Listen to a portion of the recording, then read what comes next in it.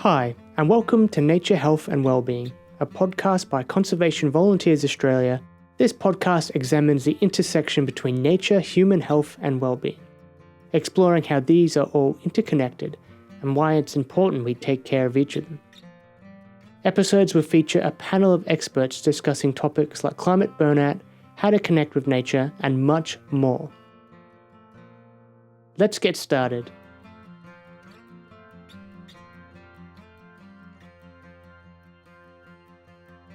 Welcome everyone to Climate Burnout, Finding Resilience Through Nature-Based Healing. Conservation Volunteers Australia and Nature-Based Therapy acknowledges the traditional owners of country throughout Australia and recognises the continuing connection to lands, waters and communities. We pay our respects to Aboriginal and Torres Strait Islander cultures and to elders past and present. I'm your host, Kit Klein from Nature-Based Therapy. And today I have our panel of experts talking about our topic on climate burnout. I'd like to introduce you to Dr. Beth Hill from Psychology for a Safe Climate and Amanda Lamont from Nature-Based Resilience. So what is climate burnout? Climate burnout is specifically related to the stress and emotional toll of climate activism and awareness. It's different to general burnout, which is a state of emotional, physical, and mental exhaustion caused by excessive and prolonged stress. So I'd like to firstly pose a question to Beth in asking, how do you experience climate burnout? So I guess I've experienced climate burnout at different times in my life. I do find it's a bit of a cyclical process. I think I know I'm approaching my own kind of place of climate burnout when I just can't really bear to engage with anything related to climate change at all. So signs for me would be not so much not engaging with news material, because I do that quite deliberately and selectively already as a way to kind of manage that as a stress. I suppose it's when it stops feeling meaningful. So it begins to kind of lose a sense of richness and meaning and a sense of feeling connected to the earth and something larger than myself. And I just begin to feel flat, disengaged and just tired, you know. Thank you for sharing your experience. And it sounds like exhaustion is definitely one of the highlights of how you recognise the climate burnout as well. Thank you for sharing. And Amanda, what is climate burnout for you and what happens when you're burnt out? For me, it's a lot about who I'm around, when I'm around particular people, and those are the ones that are not inspiring and motivating. But I've had quite a varied career. I actually get to engage from time to time with people who aren't thinking about climate change or talking about it or worrying about it or believing it. So my burnout comes very strongly when I'm exposed to those people who say things to me like, oh, Amanda, it'll be fine. It's not a big deal. It's exaggerated. It's not a problem. That has the biggest profoundly negative impact on me, I think, than anything else, is that intelligent, educated people that I know well are simply not on the same page and not seeing what I'm seeing or feeling what I'm seeing. And that really affects me deeply. And I worry, why do I bother when there are so many people potentially like this? So my experience of burnout happens then, and it happens quick. And I need to quickly get myself around other like-minded people to remind myself that this is important and it is possible to do something amazing. Yeah, thank you for sharing that, Amanda. It's a really good point, looking at different conflicting attitudes. So I'm going to go on to the next question, or the next point we're going to explore is causes of climate burnout. So what causes us to burn out? And you've brought up a couple of those things. So constant exposure to negative news, so overwhelming news cycles on climate disasters and crisis. This can also be contributed to social media and what's coming up on social media as well. Feelings of helplessness, the sense that individual actions are insufficient to combat global climate issues. High emotional investment, deep personal commitment to climate activism can lead to emotional strain. And I think, Amanda, you pointed that out then as well. A lack of visible progress, so the slow pace of policy changes and environmental recovery as well. So, Beth, I might invite you to talk on, are any of these causes of climate burnout anything that you're connecting to or anything that you're doing in your current work? Yeah, look, absolutely. We see this all the time in the work that we do across the climate and environment movement. For those, for example, who are working as the comms managers with, environmental law agencies, like they have got to be reading the news every single day. They don't get to choose, I'll just tune out for the next month. They're constantly taking in that information. And it can be very, very wearing if there's no sort of system and culture in place for them to kind of debrief that and have some strategies in place. I think the other thing we see a lot, the strain of climate emotions generally when they're not held well, when there's not a lot of space necessarily for expressing and connecting with others about how you're feeling. So when people begin to feel very isolated in their grief or very isolated in their helplessness, and there's no sort of avenue for expression and no way for that emotion to kind of transform or move into something different. So people tend to get stuck, and that can very, very quickly lead to burnout, particularly if people feel like I've got to be positive all the time, I've got to be optimistic all the time, and my despair isn't welcome here. That can kind of slowly erode at someone's sense of being a whole person, but also their sense of well-being. The other piece we see a lot of, and that's been really transformative in my own experience, is just understanding that engaging with climate work in any capacity is an act of care. It's caregiving labour. People don't often see it as such, and it's not necessarily treated as such. And so sometimes the risk of that and the burnout associated with that also gets missed. So just kind of understanding that, yeah, there's a really deep caregiving that is ongoing here that is toward our planet, toward nature. People are holding it really close to their hearts. They're doing this work because they love and they care. And that's a beautiful thing. It can be profoundly motivating and healing.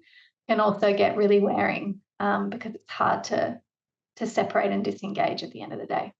Yeah, thank you for sharing that, Beth. And what I'm hearing is a lot of grief and loss. Yes. And holding space for that grief and loss. Thank you for sharing.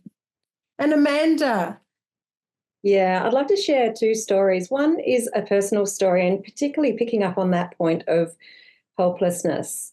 And we as individuals can understand the difference that we can make and little things day to day that we incorporate into our lives to make a difference. And if we're exposed to something outside of that little bubble that we create for ourselves of contribution, and we see something pretty bad happening, damaging the environment or having a negative impact on the climate, it feels like our little things that we do are really nothing compared to the big negative things that others are doing. And that can lead to a sense of, why do I bother? Because my little thing is nothing compared to the big bad things that others are doing. And that can really sometimes be quite paralyzing.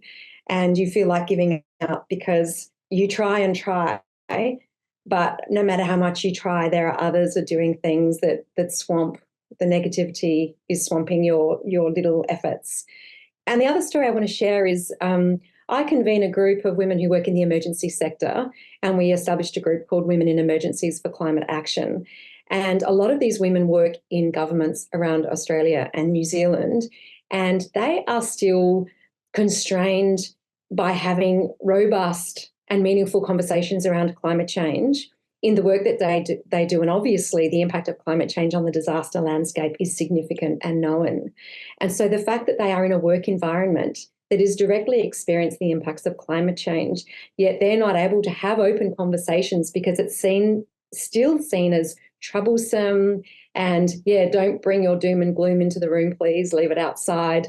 It's not politically appetizing to talk about climate change. So women come to our group so they can talk about it openly with other people who understand it and get it, because they are constrained in their workplace. And it's a real shame that we can't have open conversations.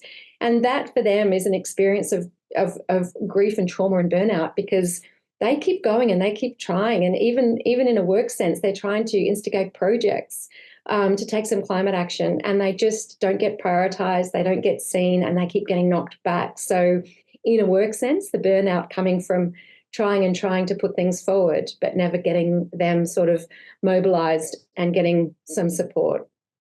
Yeah, thank you for sharing that. And again, it sounds like there's that conflicting, the values that these people hold, in their personal life, and trying to implement those values into their professional lives, and looking at that conflict related to the topic that is climate change taboo. So what I'm going to do is I'm going to move on to the next topic, which is looking at the impact of climate burnout. And we've spoken about a few of these. Amanda and Beth have explained from their own personal experiences looking at emotional and mental health. So the experiences of anxiety, depression, a sense of hopelessness. Physical health, looking at fatigue, insomnia, and other stress-related symptoms. There's also spiritual health, and that's, our disconnection from self and nature. And activism and advocacy, decreased engagement. So, Beth, if you wanted to start. Yeah, I guess I just want to start with thinking about some of the broader framing of this.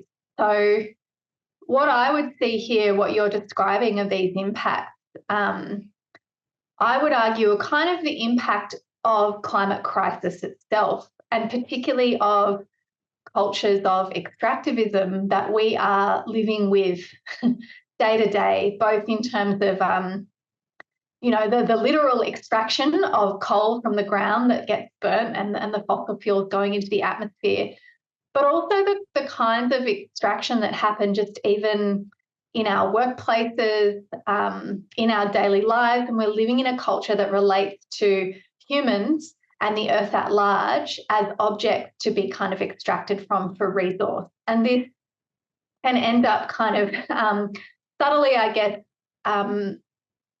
leaving us all relating to ourselves that way when we're not well supported to see through that myth.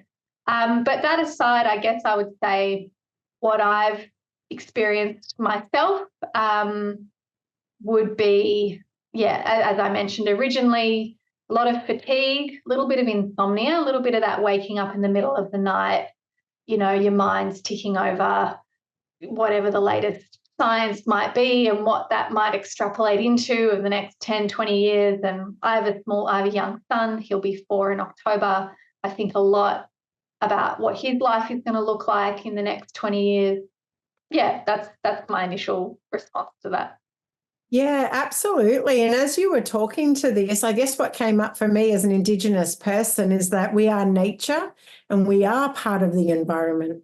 And so there's so much more underneath this that's going on. And, that does go back to, I guess, our personal responsibility of how do we support the environment. So thank you for sharing that. Really important. And Amanda. Yeah, I'll just add, and Beth, you're right. That list out the impacts of climate burnout.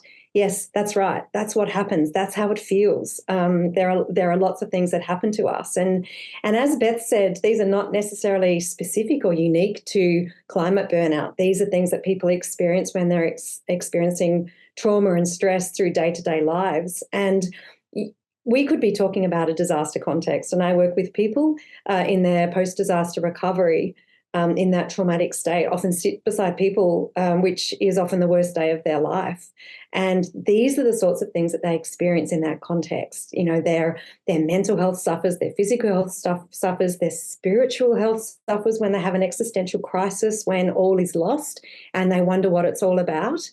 And then, their connection to the natural environment, because for example, in a bushfire, and people live in beautiful places surrounded by trees, and they love that. And then the bush can become the enemy when it burns around you, and it burns things that you love and hold precious. And so people experience these same sorts of things in a disaster context. And, we can talk about climate change as a disaster because it is a climate crisis. So I think that, we do work with people regularly in that context, and more we're finding ourselves having conversations with people in a broader climate realm with climate change, the same sorts of conversations that we have with people that have experienced a natural hazard disaster. Thank you for bringing up that point, Amanda. Really important. And I can kind of reflect on that in the work I do in nature-based therapy. And one of the first questions I will ask someone before I start to implement nature-based therapy is, what is your relationship with nature? What has been your experience with the natural world? Because we don't know if someone's been through a flood or a fire and lost everything, lost family members or pets. And we need to know that relationship, because it can be quite traumatizing, and we could be re-traumatizing if we're starting to talk about nature in a therapeutic way, even though it is therapeutic. But there's also that other side, it can resurface trauma if we don't have these conversations around what is our relationship with the natural world. So we're going to be looking at recognizing burnout within yourself and others, and the importance of a self-assessment. So reflecting on emotional and physical states, recognizing change in moods, motivation and performance, looking at indicators in others, looking for signs of withdrawal, irritability and disengagement, and early recognition, the importance of acknowledging burnout early to take preventative actions. So how do we self-assess? How do we recognize and do preventative work, looking at prevention? Beth, I'll start with you again. Yeah, I think this is a really, really interesting question. And there are sort of two directions I want to go in. The first direction is just acknowledging and recognizing that burnout doesn't tend to arise in isolation because of someone's personal deficiency or lack of capacity. It tends to arise because there's like a culture at play that is actively creating ongoing toxic stress for that person. So sometimes recognizing that you're in burnout is about recognizing what are the systems and cultures that I'm engaged in here, either at work or at home or in my family, that I need to understand and maybe reevaluate my relationship with. We do a lot of work talking about what we call people's window of tolerance. It's really common framing around understanding nervous system activation. And we help people map out on a piece of paper what do they look like when they're hyper-aroused, really, really activated? What do they look like when they're hypo-aroused, so really kind of low, flat? What are their personal signs and signals? Like what kinds of thoughts might they have? What kind of behaviours might they engage in? And how can they begin to track for themselves? Like, oh, I do seem to have watched a lot of Netflix in the last week, like a weirdly high amount, more than usual. And maybe that's just a beginning of a subtle indicator that something's a little out of balance and I'm outside of what we'd call that window of tolerance or that window of resilience. Now, of course, we're also kind of always going up and down. It's very natural that the nervous system fluctuates. So we're not sort of aiming for a flat line here by any means, but it's noticing when are you getting stuck in hyperarousal, like you just cannot settle down and have a good night's sleep. So just some of those kinds of subtle signs, but knowing it is quite personal to the individual. So beginning to know for yourself can be really empowering. Yeah, I really like that, and it's like, what's our comfort zone and looking at our reactions. And as you're talking, I'm imagining a river flowing and looking at the flow of the river and absolutely what are the boulders that get stuck and stop that flow from happening. And and bringing it back to your first point and looking at our environment, and it's not just what's happening in silo with us, but what's going on around us, whether it's in the classroom, in the work environment, in the home environment, within our social groups, and what social groups are we connected to, and what's going on, what's the energy that's happening in these environments that could be provoking our own energies. So some really good points. Thank you for sharing that. Amanda. The really great thing about Dr. Beth going first is that she's so smart that she sets the tone for a great conversation and triggers in me some things that I want to add as well. And what I really loved about what Beth just said was around sort of that fault, the labeling and giving a fault to things that you're feeling. And again, with the disaster context, people feel like they're not strong enough and they're weak and they're not coping and it's their fault because they're not good enough and they need to just keep trying harder and harder because feeling like that is being weak. And what we do is explain to people it's not your fault. Actually, you can't do anything really with the way that you're feeling here because there is a physical thing that's happening inside of you. If it's your frontal lobe that's disconnected, so that means that you can't have creativity and imagination and analytical thinking, potentially hope for the future, not because of you're not being strong enough, but simply because that's the reaction that your body is happening to a situation that is stressful and traumatic. So if we can tell people this is not your fault, and actually the bad news is you don't necessarily have any control over that happening, but it's about letting people know about what they do have control over. And the first thing is recognizing and understanding that. And a personal example, and I see this in myself, is when I'm feeling flat and unmotivated and I can't concentrate and I'm struggling to stick to one thing and I'm erratic in my distractions. And I know that what I need to do is connect with nature and be out in nature and calm down and breathe, but I don't have the energy. So here I am, myself, knowing what I need to do to feel better and to move on. But because of how I feel, I don't have the energy to do the things I need to do. That can be really frustrating. And I feel that far too regularly.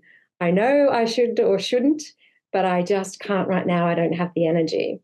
So what I say to people is just let that be and sit in that space. There's nothing wrong with grief. There's nothing wrong with sad. There's nothing wrong with feeling flat and unmotivated, so long as you know that it's not a permanent state and that will pass. And there are some things that you can do that will help it pass. The good news is if people develop really healthy habits around their mental health, sometimes habits are hard to break. And I'm thinking about when I get disillusioned and helpless, and why do I even bother doing things for the planet? So many things have become a habit for me that even though I feel helpless, I keep doing them because now it's something that I always do. So having that, I always go for a walk every afternoon at 3:00 for half an hour in the bush. If we can develop those habits, we can actually rely on those when we don't have the energy to be creative and innovative about doing those things. So the more habits we develop and the more we practice things in what we call peacetime, the easier it is to do them when we're experiencing trauma. And we say that in disasters, why having an emergency plan is important and practiced. It's very hard to do things for the first time in a traumatic state. But if we practice things when we're feeling good, it's easier just to tap into those when we're lacking energy. Wonderful. Thank you for sharing that, Amanda. It's really important. And I'm hearing self-compassion and recognizing those early signs. So, as you've mentioned, looking at self-care practices and what are the self-care practices? So regular exercise, going out for that walk, healthy eating, sufficient sleep, setting boundaries, seeking support, talking to friends, joining support groups or consult professionals, and restorative activities, engaging in hobbies, nature walks, and creative pursuits. So, Beth, I'm wondering if you've got any self-care strategies that you would like to share in your own personal practice or practice that you support other people with as well. I think my main practice that has been a stalwart for me over the last 10 years, and particularly that I used a lot when I was doing my research on bushfire disaster and climate change, and is mindful self-compassion.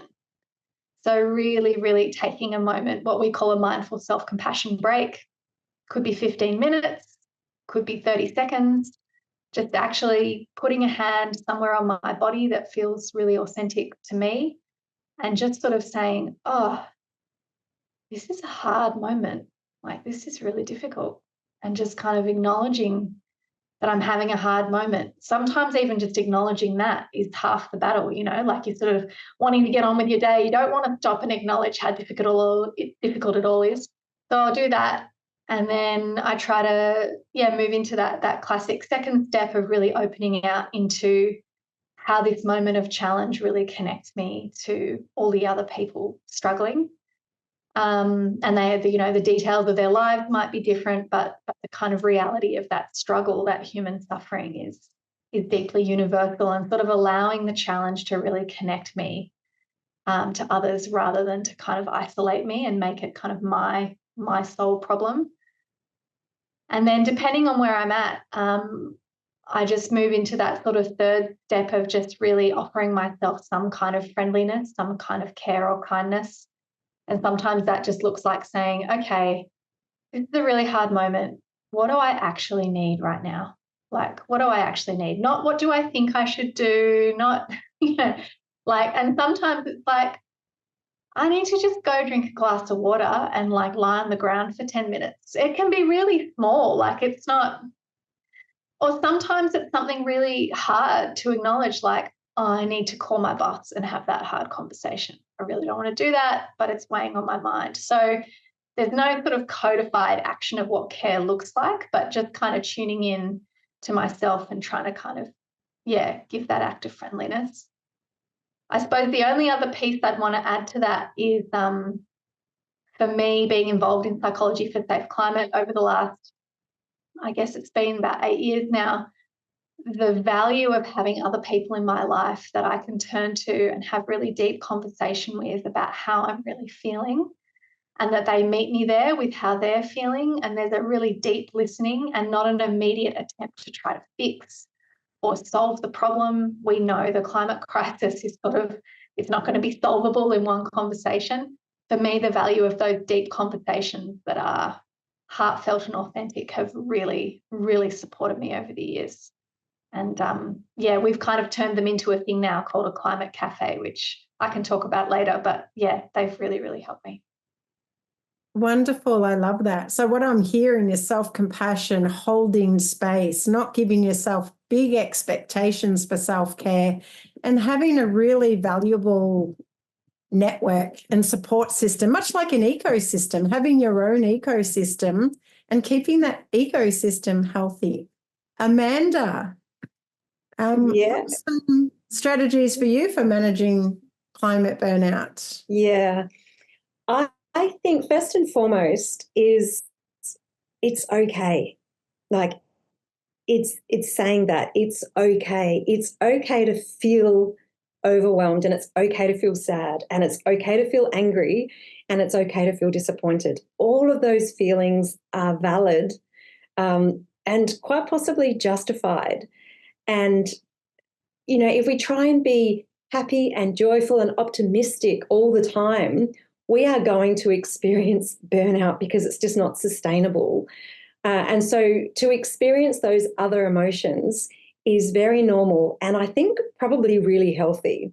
To have an unsustainable and potentially unrealistic and maybe forced approach and attitude to being always joyful and optimistic about it, and always be the ray of sunshine when we're talking about climate action and everything's going to be okay, it can become across as a bit unrealistic. So I think that it's helpful to say it's okay to feel like this now. And what I said before, you won't always feel like this. There is another side to this, and this just is part of the range of emotions going through.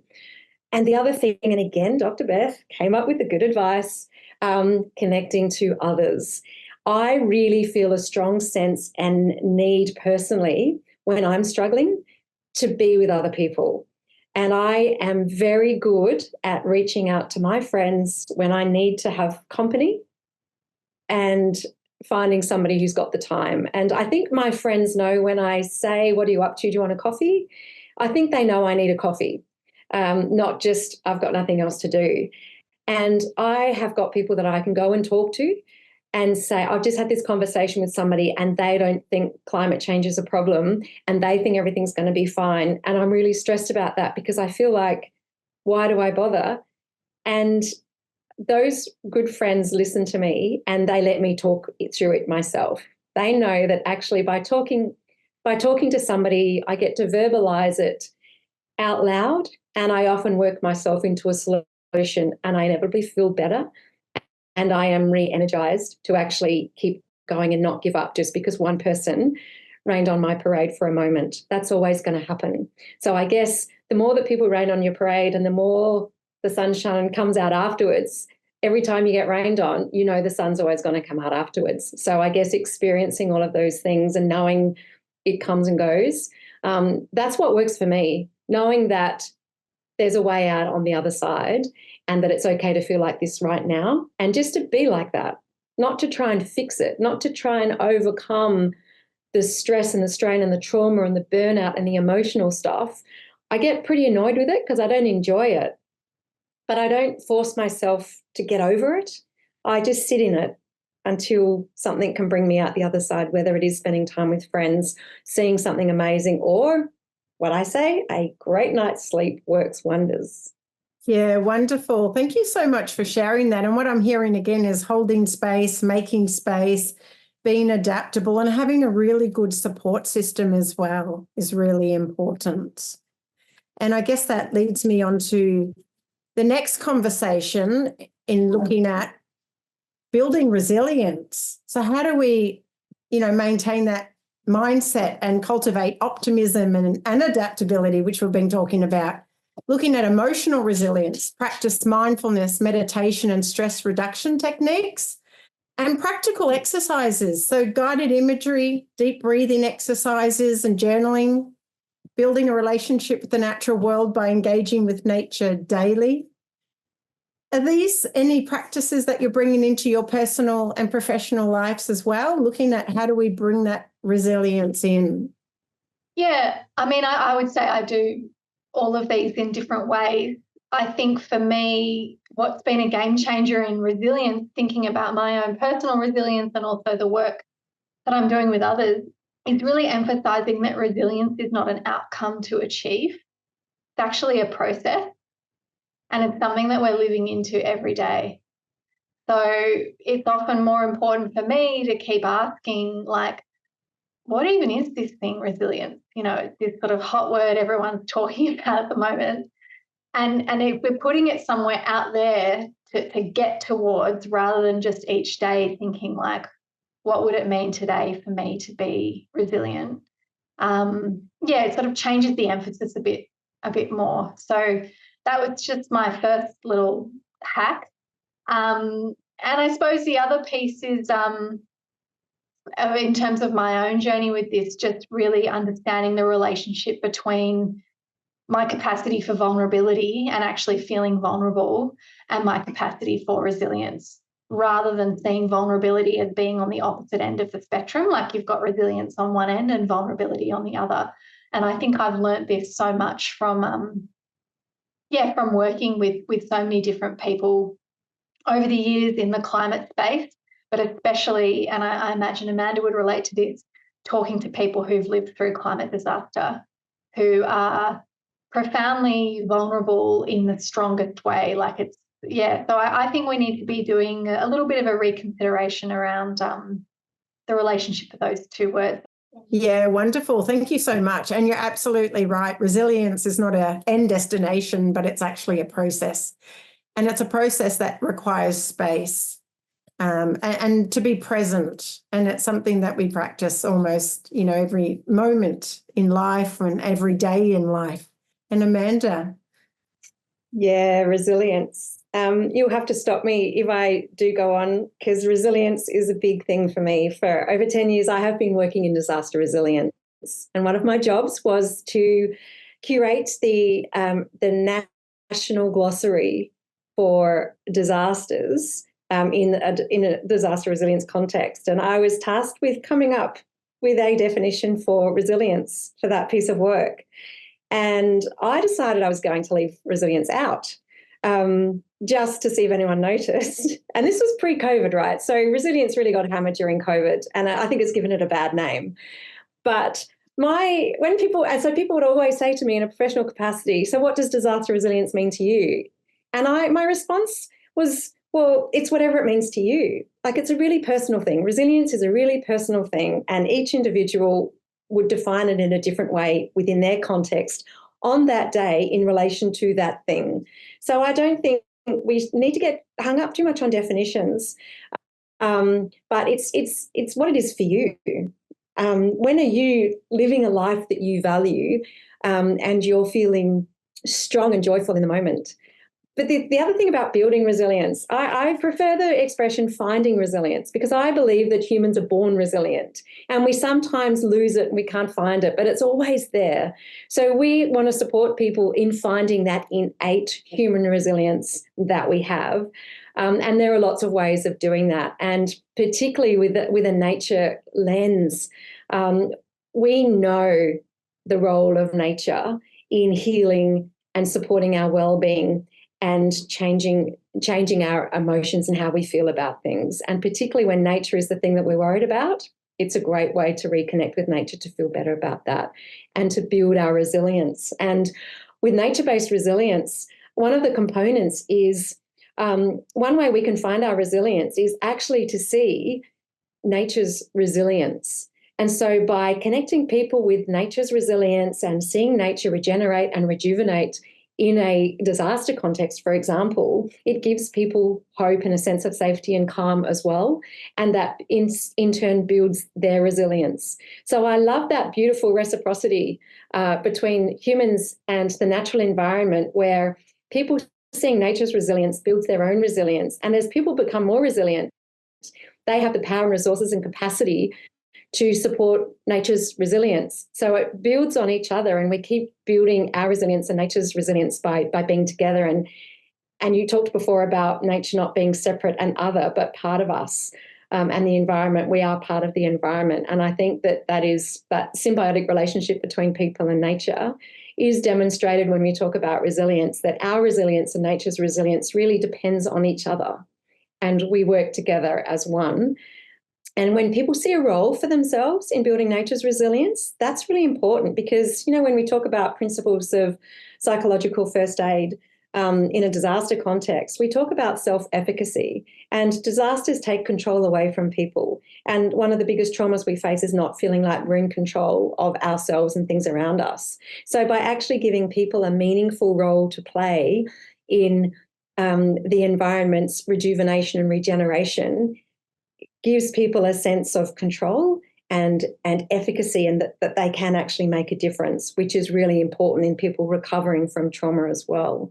So giving people observation and knowledge and awareness of what's happening in the environment, and then actually giving them a meaningful role to play and contributing to the bigger picture, I think is truly hugely instrumental in enabling people to find their resilience in that traumatic moment.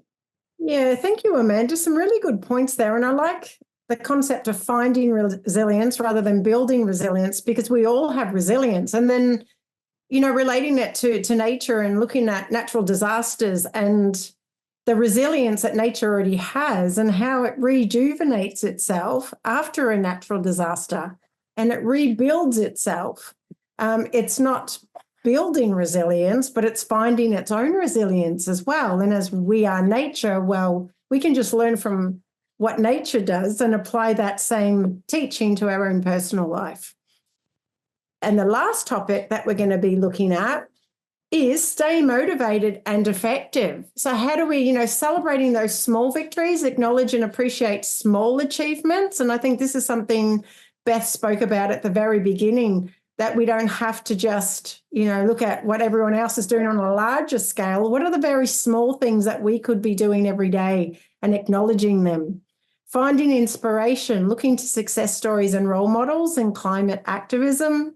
Community connection, engaging with supportive networks and like-minded individuals.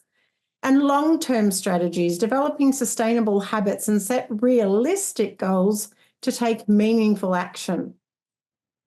And so I might start with Amanda on this one. Would you like to speak to this? How do we stay motivated and effective? And do any of these speak to you? Yeah, celebrating small victories, absolutely, and our own small victories. because I was saying before, we can get caught up in that feeling of helplessness and smallness in the scheme of things. What difference is it really making? But all we need to know is one person doing one thing is small, but a million people doing one thing is big. And there are so many fantastic examples of smart people doing amazing things. I sometimes think that we can be led down the path of feeling nothing's happening, it's hopeless, there's no point, all is lost. And I sometimes wonder whether that is an intended state that is being delivered to us. You don't have to look very far to find amazing stories of amazing things that are happening and to connect into them. And I want to be part of that. I want to be part of that conversation, and I want to have those be part of those stories. And I want to be one of those people that are carrying on, not looking for accolades and limelight and promotion and financial gain, but actually getting a joy from life out of doing those things that is helping the climate. And talking about it like I am now, like this has been a therapeutic process for me, because talking with you both and having the opportunity to articulate for me what it all means. And I get really excited because I'm surrounded by two fabulous women, and we're talking about opportunities to live a life on this planet that is a positive one. And so we got to celebrate that. I seek out stories of people doing incredible things, and I leverage that when people say it's too hard or that's never going to happen, or let's face it, humans will always be the priority over nature and species. And I say we've got to get out of the either or mindset. It's too easy to say, and that's such small thinking. We either do this or that. And I point to the myriad of stories and successes of people doing amazing things, saying humans are so smart. I think we can do both. So I think we can look after humans and we can look after nature at the same time in a really successful way. So as soon as you take it away from the prioritization of either or, and you have a conversation around and, we can do this and that, and that. And there are plenty of examples of people doing that. It really shifts the conversation. So that's one strategy that I use, is to say we don't have to choose. We can actually do all of these things because humans are incredibly smart. Look at all of the amazing things we do. And all the things I've mentioned, tap into your networks, join communities of practice, or gardens of dreams, I like to call them. Get involved in the garden of dream with people that think like you and motivate each other and uplift each other. Keep reminding people you're doing a great job, and tell other people as well, like recognize great stuff that other people are doing. And well, it would be remiss of me not to say, go outside, take a deep breath, spread your wings, take your shoes off and put your feet on the ground. There's nothing more grounding and more liberating, I think, than just feeling where you are in place on the planet. This is our home. Aren't we lucky? I love that. Yeah. And it's looking at possibilities, and it is our home and we are home. And it's about reconnecting to home and holding space in home and connecting with nature and being with nature. And I love that you said reconnecting, right? Because some people talk, it's like finding resilience, not building resilience. We are reconnecting. It's not connecting for the first time, because we are innately connected to the planet. We are part of it. So it's just finding resilience through reconnection to something that we know already. We already know this. We just need to remember what we know.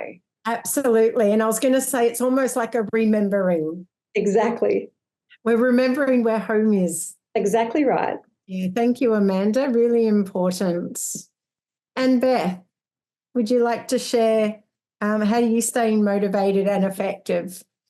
Yeah, look, I'll keep it brief because I just think Amanda spoke so beautifully to that, and so much of what she shared was just really, really resonant for me. Yeah, and I suppose what you've both just been talking about, that reconnection, I guess that middle point, community connection, has been really the key for me. So finding those networks and communities and like-minded individuals with whom you can just get really real and kind of drop the pretense and just really share directly, this is what I'm worried about, this is what I'm joyful about, this is confusing that I can feel both of these things at the same time, and be met there with others. And that's, so much of the work that we're doing is about cultivating that. And I would even expand that community connection to what is the community of the natural world around you? Like, who are the birds that visit your garden every day? And what are the trees that are, blooming at the moment? And what is the sound of the creek? I've got a creek that's down the road from my house. What is the sound that it makes just after a big rain? Like, they are also part of my community. They're not this thing out there. They're living, sentient, alive beings that can also meet me in presence. And that's a really big part of my practice. Even living in suburban Melbourne, there's plenty of nature here to be in community with. You're absolutely right. Yeah, it's really important looking at nature as community. And often I have these discussions when we look at social prescribing. And when I talk about social prescribing, that's nature connection, because, nature is living. It is part of community. It's part of our society. And so when we go for walks and we acknowledge the trees and the birds and even the rocks, we look at, well, this is our community as well. And how do we care for community? How do we connect with community and see nature as part of the community? I think it's really important. So thank you. And did you want to speak of the Climate Cafe and the work you're doing there as well? Yeah, thank you. Yeah, I will, because it is very related to community connection. So one of the things we've started offering at PSC in the last few years is these community climate cafes. And we do them in person, but we also do them online, which is really incredible because it means people from anywhere in Australia can join. And we do get a lot of people coming from, more regional, rural places where they don't necessarily have those other like-minded individuals in their close circles that they can say, I'm just feeling devastated about the latest IPCC report, and, they'd be met with blank faces. But if you come to a climate cafe, you can share really honestly about what's on your mind and your heart in relation to these topics, and be surrounded by 12 other people who are also feeling deeply and just as angry, or, maybe they're in a more hopeful place. There's a kind of a dynamism that emerges as people really deeply dialogue with each other around their climate feelings. And there's also this really interesting companionship, I guess, that I would say that arises when people share in grief together as well, and when it's just really welcomed in. I couldn't tell you how many of these spaces I've been in where someone shares, I guess, right to the end of their despair, like they really, really go there. And then they notice, just as Amanda was talking about, that despair does have an end. It is a feeling with a beginning, a middle, and an end. And when you allow yourself to feel it, you get to the end. And then something new opens up, a kind of unknown edge that you might not have gotten to if you'd been relating to that despair as a problem to get mired in or stuck in. And then, being held in that community conversation, it just blossoms and grows into something else, again, together, that's held in the group rather than just by you as an individual. So strong advocate for climate cafes, and they are really accessible. They happen once or twice a month. As long as you've got an internet connection, you can jump on and get involved. We have to come to a close, and I just want to thank everyone for attending. Let's stay connected and continue supporting each other in our climate resilience journey, because it is a journey. It's not an end destination. It is a process. And I would love to thank Beth and Amanda for joining us today and having these deep and meaningful conversations around climate burnout and looking at, how can we notice it, but also what strategies can we bring in? So I think I'm hoping this information has been really valuable. And you can get started on your journey with CVA and nature blocks as well. And you can download the CVA app and get started today. So thank you, everyone. Thanks for listening to Nature, Health and Wellbeing. Visit conservationvolunteers.com.au for more information or download the CVA app.